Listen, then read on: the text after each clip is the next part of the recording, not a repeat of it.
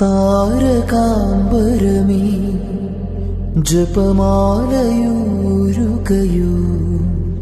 മൂകമാനസമോ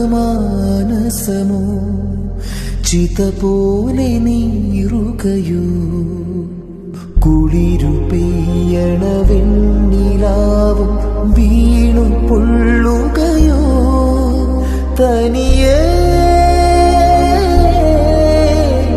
ഇനി നീ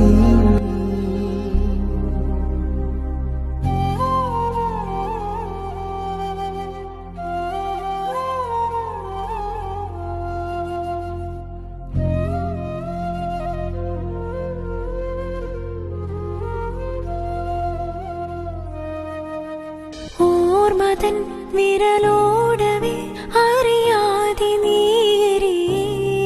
മർദ്ദനവും കെട്ടിയഴിക്കലുമില്ലാത്ത ലോകത്തേക്ക് മംഗലാം കുന്നയ്യപ്പൻ യാത്രയായി.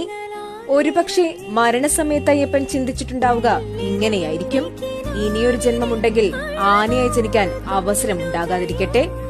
ജീവിച്ചിരിക്കുന്ന കാലത്ത് ഉടമസ്ഥർക്ക് കോടികൾ ഉണ്ടാക്കിക്കൊടുത്ത അയ്യപ്പൻ എന്ന ആനയ്ക്ക് ഒരിക്കലും യോജിച്ച രീതിയിലുള്ള വിടവാങ്ങലല്ല നൽകിയത്. ആനയുടെ മൃതദേഹത്തിൽ പലയിടത്തും മുറിവുകൾ ഉണ്ടായിരുന്നു. ഒരുപാട് വേദനകൾ തിന്നാൻ അവസരം നൽകാതെ ഈശ്വരൻ അവന് ശാപമോക്ഷം നൽകിയെന്ന് പറയുന്നതാകും ശരി.